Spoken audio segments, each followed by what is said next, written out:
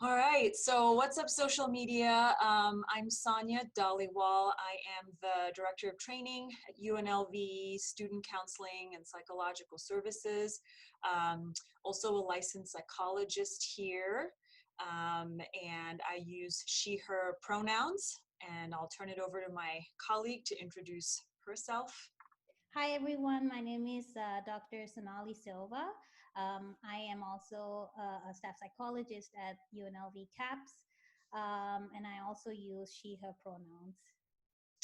Yeah, so we're just really excited to be part of this discussion today. And for those of you who are tuning in, thank you for doing that.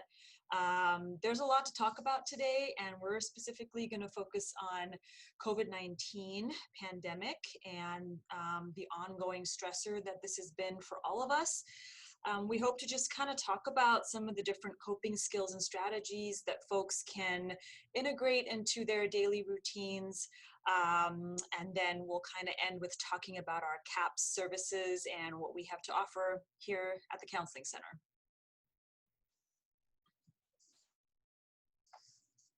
So I guess the first question, Sonaly, is what concerns do you have when it comes to people's mental health during this pandemic? And what are some of the common stressors you hear among clients during this time?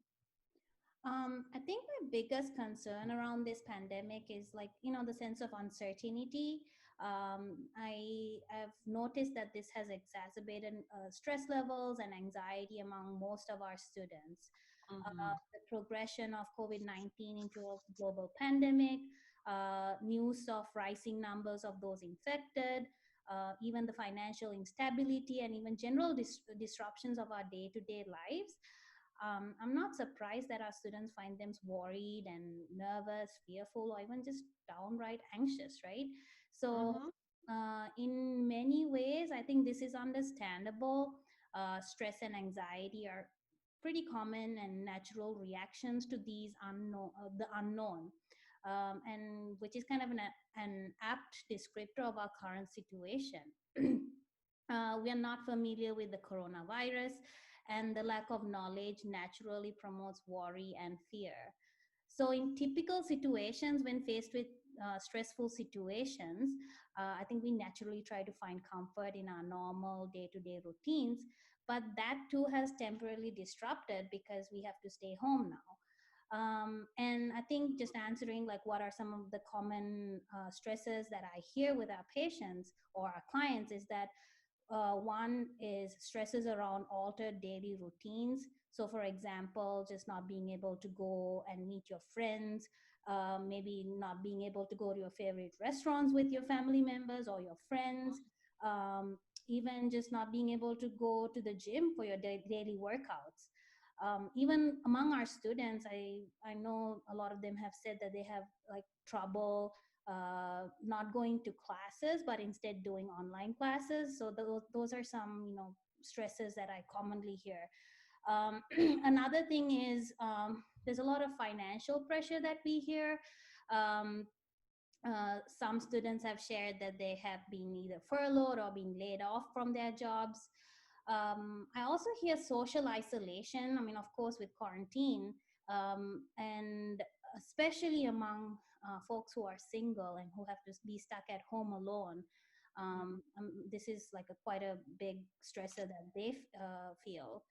Around then another thing that they have talked about is worries around getting the virus, worries around how the pandemic will last, how long the pandemic will last, and what the future will bring. And also just another thing is like the overload of information about the pandemic. I know there's a lot of like rumors and misinformation on the internet, and like a lot of students have said that they have a hard time like knowing what information to trust and what not to trust. So those are some of the common stresses that I've heard, and especially among my clients. um, so just like since we've talked about like our stressors, and Sonia, I was just like thinking, do you have any recommendations or self-care tips that would possibly help our students to cope with this stress and anxiety during these uncertain times? Yeah, that's a really, really good question, Sonali. And just, I just kind of wanted to comment on everything that you just shared. I think, yeah, one of the biggest points that you hit on is just like this feeling of uncertainty and ambiguity. I know that in and of itself makes people really anxious, not knowing what's going to happen, the fear of the unknown, right? Mhm. And so, what can we do during this time but to take care of ourselves and to implement some good, healthy coping strategies into our daily routines. So I'll just kind of go over some tips when you're trying to be mindful of your mental and physical health. So one of the things is being able to get enough sleep. So making sure that if you go to bed at like 10 o'clock at night and you wake up at 6 a.m., like trying to maintain somewhat of a consistent schedule to the best of your ability. I know it's hard when we're home during quarantine and maybe we don't have anywhere to be tomorrow morning at 7. I think there might be a pull to sleep in a little bit later or go to bed a little bit later. So just being mindful of that. I think trying to participate in some level of physical activity. So, when our gyms were closed and our yoga studios were closed, I know a lot of people purchased workout equipment for their homes and started working out at home. I also know that you need funds to do that. And so if you can't afford to do that, just going for a run outside or being in your backyard, moving your body in some way, shape, or form can be really helpful to get your heart rate up, get a little bit of sunshine. It can There's be, also, sorry to cut you yeah, off, no, it's there's fine. also some like home workouts that they have online, like videos and stuff. And also the rec center has put out some videos for the students as well. Yeah. Mm-hmm. Yeah, those videos are really good if you guys can check those out. So just, kind of wanting to maintain somewhat of a regular routine with being physically active. Of course, another one is eating healthy. I know it's really easy to kind of go to some of that fast food because it's so readily available and cheap. But eating healthy can be affordable too. And I know for myself, I try to load up on, the vegetables, the fruits, or incorporate that into my diet somehow, just to make sure I'm taking care of my body in a time of stress. I think limiting caffeine.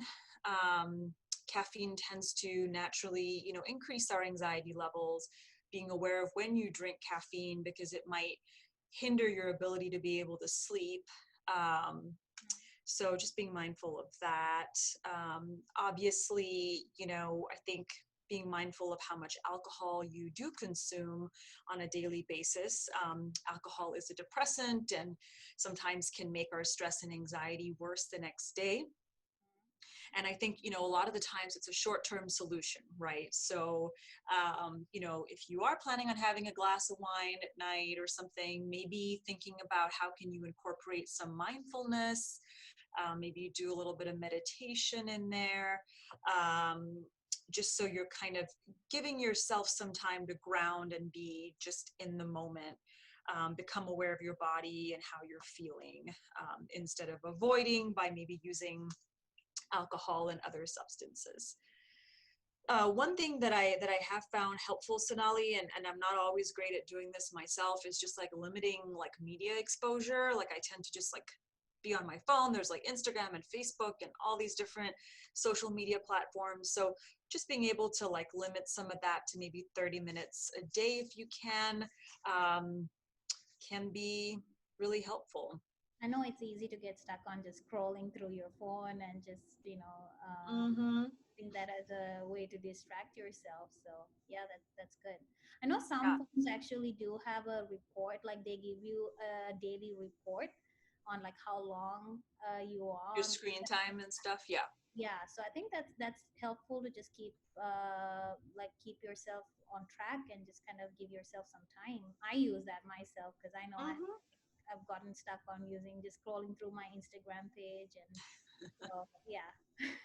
Yeah, and I think some of that can just lead to burnout, because we keep getting bombarded with the same information, maybe same images over and over again. I think it can be um, just difficult to stay calm amidst all of that social media flooding.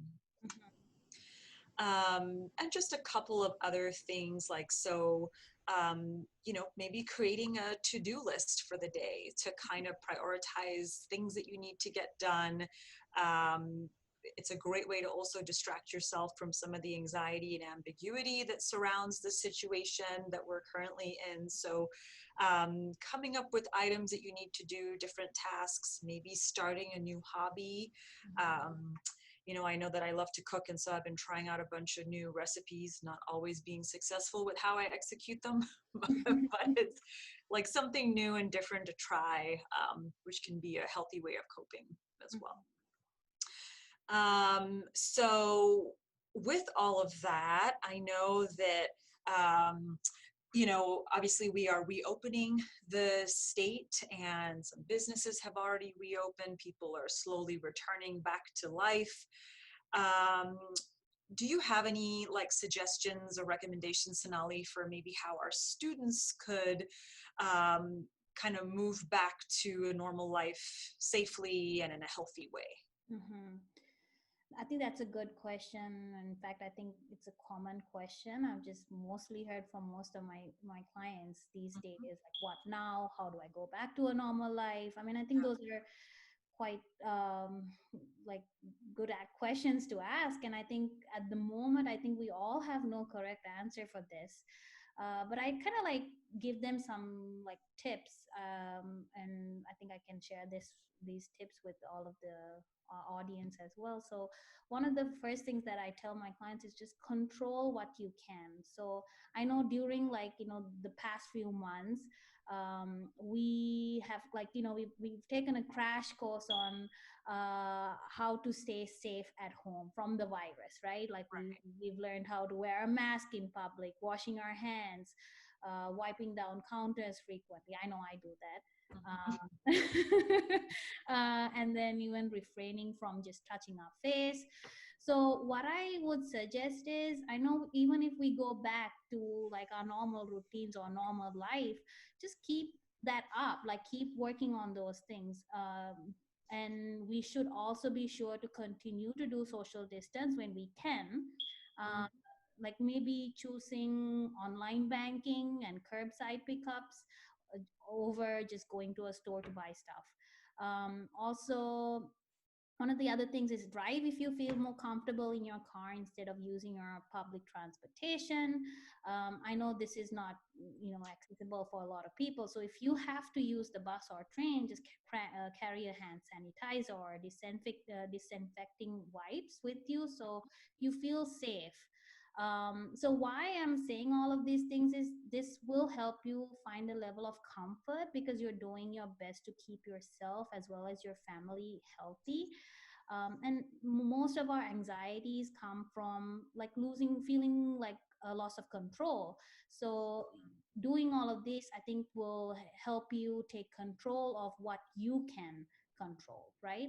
Mhm. The second thing is I talk about is let go of what you can't control. So I know it's hard to ignore, like, I'm sure, I don't know if Sonia, if you've noticed, but there are some people who are walking around, as if like the pandemic never happened, right? Like Mhm. there's no Right. mask worn, and like, so it's a little, sometimes I feel a little disturbed too. So I know instead of like dwelling on the next person's like insensitivity, what I have learned is just kind of like practicing gratitude, like kind of engaging in the present, just being grateful that you have a mask on, being Mhm. grateful that you are healthy, and just kind of remembering that you cannot control everything, and trying to control things you can control just makes everything worse for you. Mhm. So that's one of the other tips. Another thing is, I think I do this too, but kind of getting rid of the worst case scenario narrative. I always tell my clients, if we anticipate the worst case scenario, it hardly ever happens, right? So how do we keep these scary thoughts from distracting our brains? uh, Right.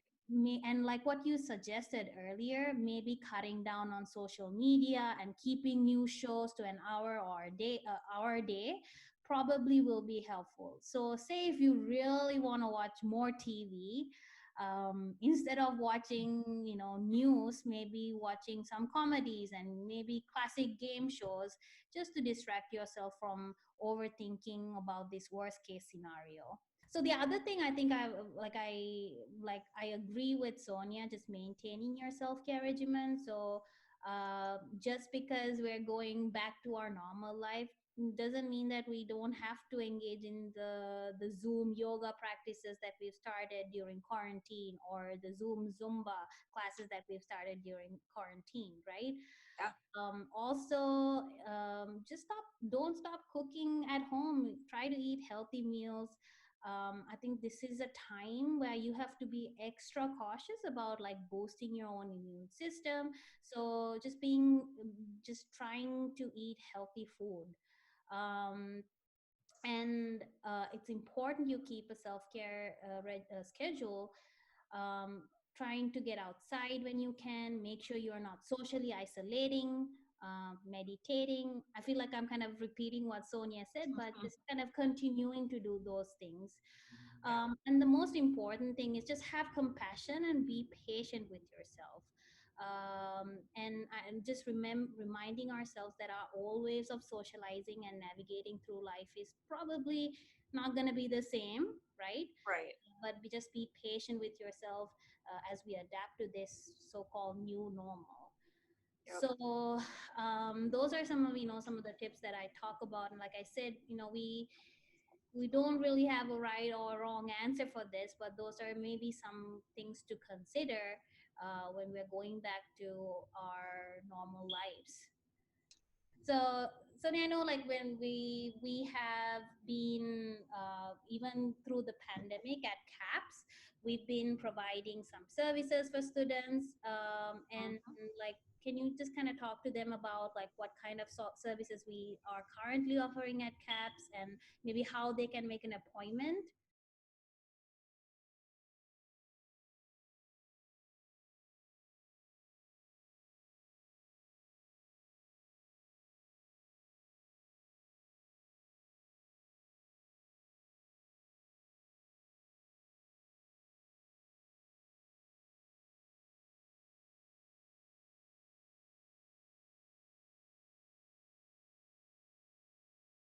And we hope to kind of have more videos come out like this too in the future. So stay tuned. Thank you.